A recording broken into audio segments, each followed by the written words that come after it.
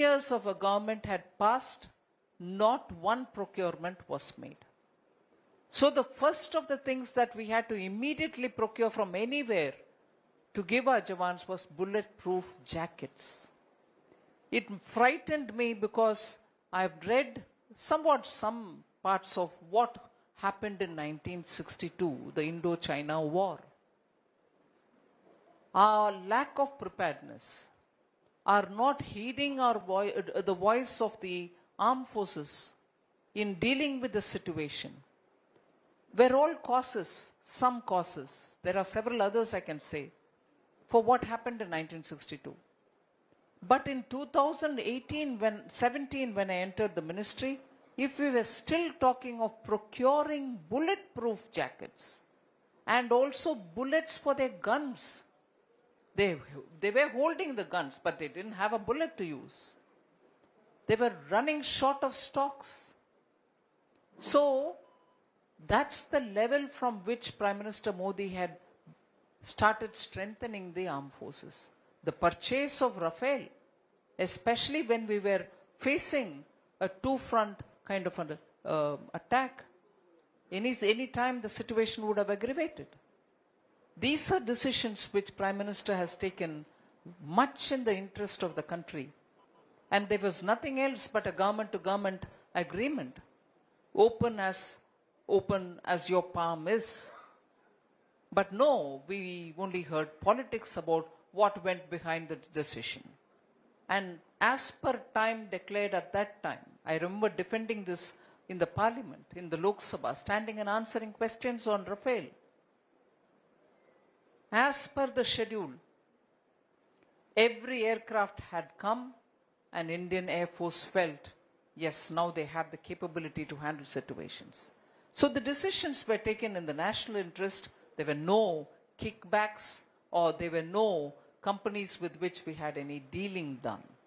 So with that said, I just want to very quickly recall those specific benefits which Government of India under Prime Minister Modi has established and given for the defense forces. You know, you also heard about the one rank, one pension, which was a decision taken in 2015. Accordingly, 20.6 lakh ex-servicemen, 20.60 lakh ex-servicemen out of 25 lakh defense pensioners have benefited by it. The Prime Minister in his 2023 Independence Day address said 70,000 crores of rupees has reached ex-servicemen and their families. 70,000 crore उनके खाते पर पहुंचा है, one rank, one pension के तहत.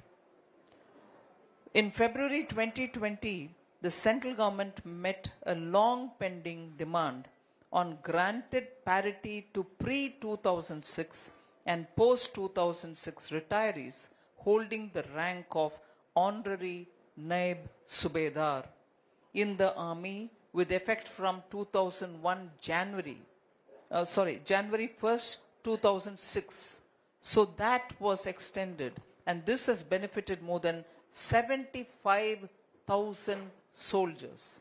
So वो honorary Naib Subedar का rank देने के कारण 75,000 soldiers को उससे लाभ मिला है.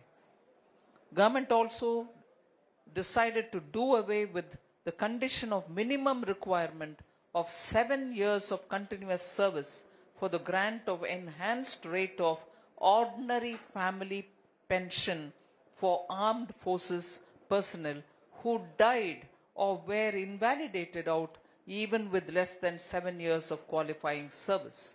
So less than 7 years का भी वो benefit अभी पहुंचाया जा रहा है. Then in the case of defense forces personnel who died within 10 years before the first day of October 2019 without completing continuous 7 years of service, their family shall also be eligible for family pension at enhanced rates with effect from 1/10/2019. मतलब defense forces का personnel 7 साल पूरे होने से पहले ही अगर वो शहीद हो जाते हैं, उनके लिए उनका फैमिली एलिजिबल फैमिली पेंशन को बढ़ाया गया 2019 अक्टूबर पहले तारीख से इफेक्टिव। फिर dedicated pension grievance cell has been established, which has been there from before, to look at the grievances of ESMs and pensioners, which has resulted in a better grievance redressal system. As a result, the overall percentage of disposal of grievance is 97%. Arm forces के लोगों का grievance को तुरंत और जल्दी निपटाने वाले काम करने के लिए वो स्पेशल सेल आजकल काम कर रही है। उसके वजह से 97% डिस्पोजल हो गया है ग्रीवेंस का। The reduction of average disposal time from 87 days, which was the case in 2014, to 21 to 27 days in 2020-2021. वो ग्रीवेंस का भी एवरेज समय कम हो गया है। Approved substantial increases in financial aid across various schemes. जवानों का और उनका परिवारों का उपयोग में आने वाले बहुत सारे स्कीम्स है, उसका अमाउंट का एनहांस कर गए हैं recently. Vocational training grant is one such a one. The financial assistance under the vocational training grant, which is a scheme for widows, शहीदों का विडोज के लिए जो स्कीम है वोकेशनल ट्रेनिंग ग्रांट, उसका बढ़ाया गया है और पहले 20,000 रुपया था, अभी 50,000 रुपया दे रहे हैं विडोज के लिए, उनके वोकेशनल ट्रेनिंग के लिए। Medical grant, non pensioner ex-servicemen and their widows will now receive an increased medical grant, and the amount being raised from 30,000 rupees to 50,000 rupees. मतलब जिनको पेंशन नहीं मिलता फिर भी सेना निवृत्त है, उनको मेडिकल ग्रांट्स दिया जाता है, उनके विडोज के लिए दिया जाता है। वो अब तक 30,000 था, अभी उसको बढ़ा करके 50,000 हर महिला के लिए हम दे रहे हैं। फिर सीरियस डिसीज के लिए भी ग्रांट दिया जाता है, वो 1,25,000 रुपया था पहले, अभी 1,50,000 रुपया तक दिया जाता है। So, other than this, several MOUs have been signed so that ex-servicemen can get into private service. For example, MOUs with Kotak Mahindra, MOUs with IBM, MOUs with L&T have all been signed, जिससे ex-servicemen बाहर सेना निवृत्त होने के बाद आकर private jobs ले पाएंगे। So I just want to draw before you some of the specific schemes which have been taken up by Prime Minister Modi, keeping the welfare of the ex-servicemen. Now it's a question of talking about this election. Telangana का election अभी जो होने वाले हैं उसके विषय में आ रही हूं। I think it is a crucial election. ये बहुत महत्वपूर्ण इलेक्शन है। इसमें सिर्फ एक आध कारण मैं आपके सामने रखना चाहती हूं।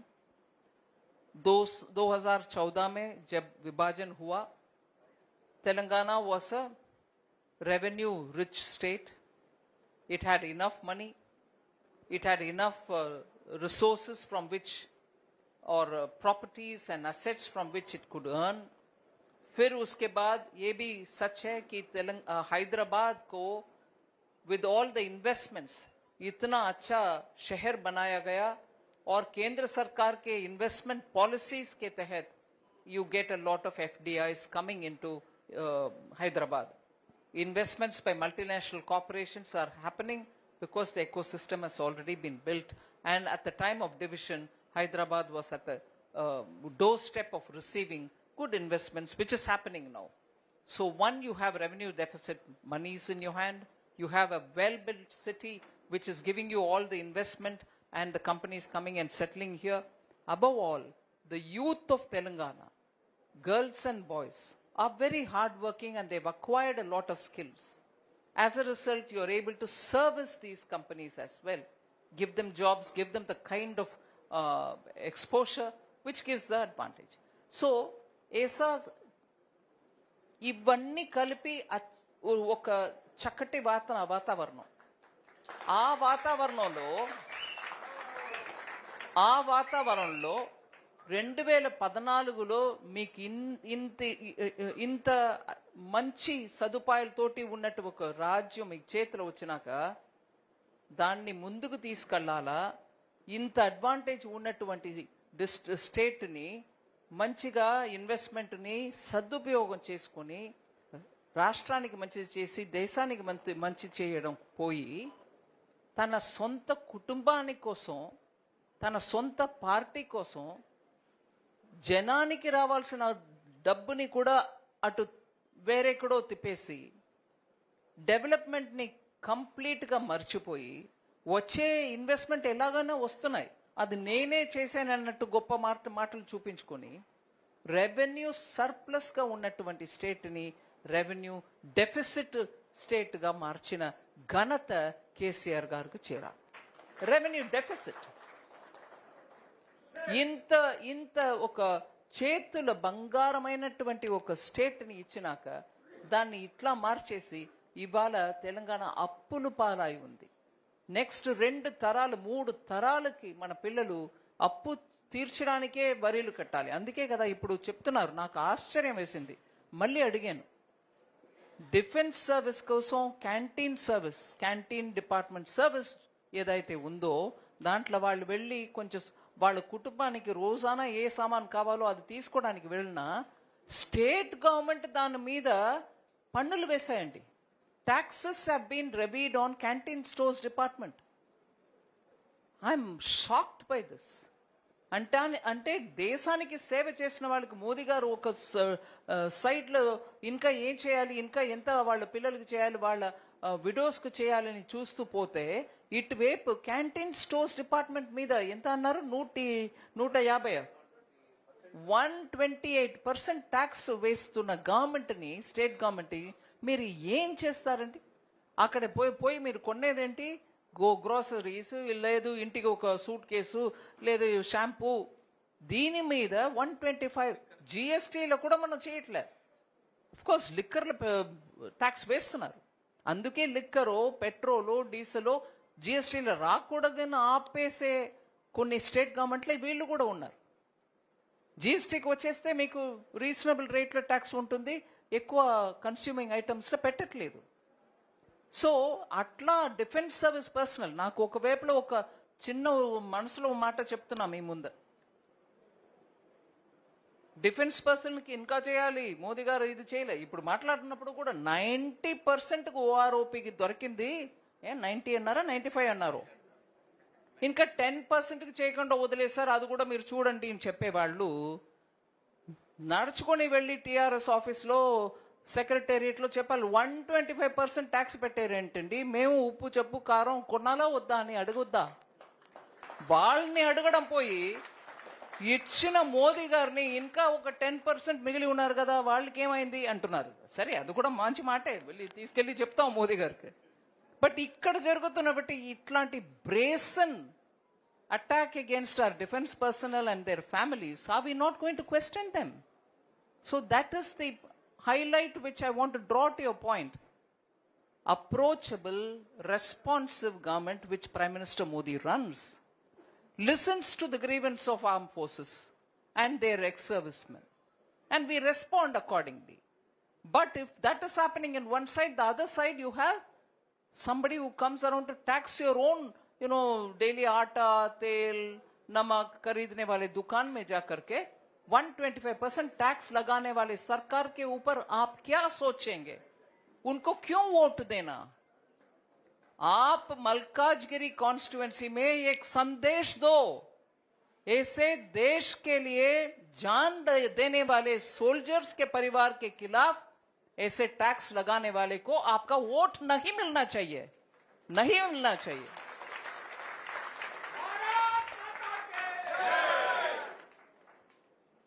मैं इसीलिए और ज्यादा ना कहते हुए रामचंद्र राव बहुत पुराना व्यक्ति है हमारे पार्टी में। जैसे उन्होंने बताया 45 इयर्स से पार्टी का सर्विस कर रहा है। कई बार टिकट मिलता है, कई बार नहीं मिलता है। मिलने पर कई बार जीतते हैं, कई बार नहीं जीते हैं, फिर भी वो पार्टी को छोड़ा नहीं है। और जैसे उन्होंने अपने आप बताया, उनका अर्निंग्स सब एब्सोल्युटली अवेलेबल सबको देखने के लिए, कोई इधर उधर का माल वो कमाते नहीं है। डिफेंस पर्सनल जिनको ये ट्रांसपेरेंसी पसंद आना चाहिए, आप इसको गौर से देखिए, रिकग्नाइज करिए। और ऐसे एक व्यक्ति जो राजनीति में थोड़ा प्रिंसिपल राजनीति चलाने के लिए उस रास्ते में चलाने के लिए कोशिश कर रहे हैं, उनके समर्थन में आप आना चाहिए। मैं हाथ जोड़कर आप सब से रिक्वेस्ट करती हूं, कमल के निशान पर वोट दीजिए। और कमल के నిశాన్ पर ఓట్ దీజియే అనే సమయం మైక్ తక్కువ చేస్తున్నారు బాబు, మీరెవరండి ఇక్కడ? మా బీజేపీ వాళ్ళ వేరెవరైనా? వరి వేసిన వాళ్ళు పంపించేశారా ఏంటి మిమ్మల్ని? ఈ 125% ట్యాక్స్ వేసిన వాళ్ళు ఇక్కడ పంపించేశారో ఏమో మైక్ వాళ్ళని.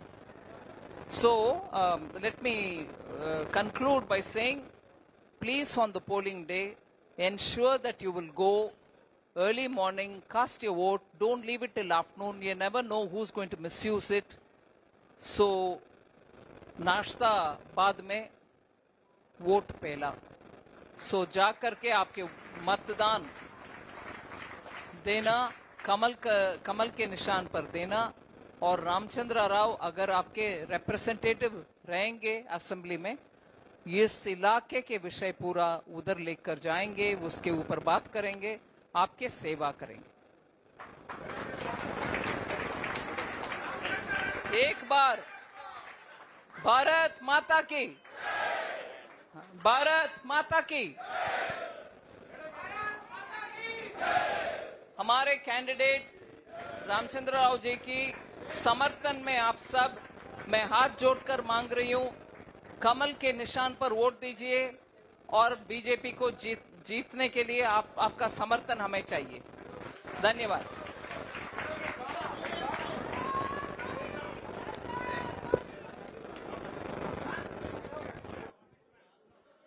Thank you. Hello hello hello hello hello thank you very much madam, thank you very much, बहुत धन्यवाद मैडम आपके लिए। आप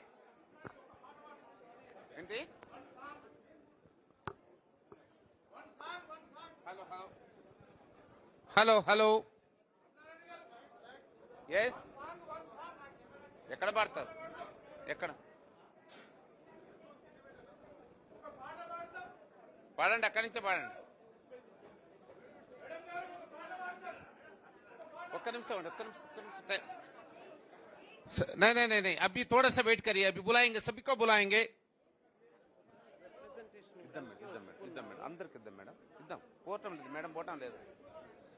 आप लोग सभी बैठिए, प्लीज प्लीज बैठिए, बैठिए, please sit down, please sit down, please sit down, please sit down. सभी के लिए आपको मौका मिलेगा, सभी अपना रिप्रेजेंटेशन देना, मैडम से मिलना है तो आपको मैं जरूर रिक्वेस्ट करूंगा, प्लीज बैठिए। पूरा आप पूरा देखो, जवान से लेकर जनरल तक आ चुका है। आप लोगों का मिलना चाहता है तो डेफिनेटली टाइम मिलेंगे। मैडम से मैं रिक्वेस्ट करूंगा, प्लीज थोड़ा सा एक बाय वन आने का कोशिश करिए।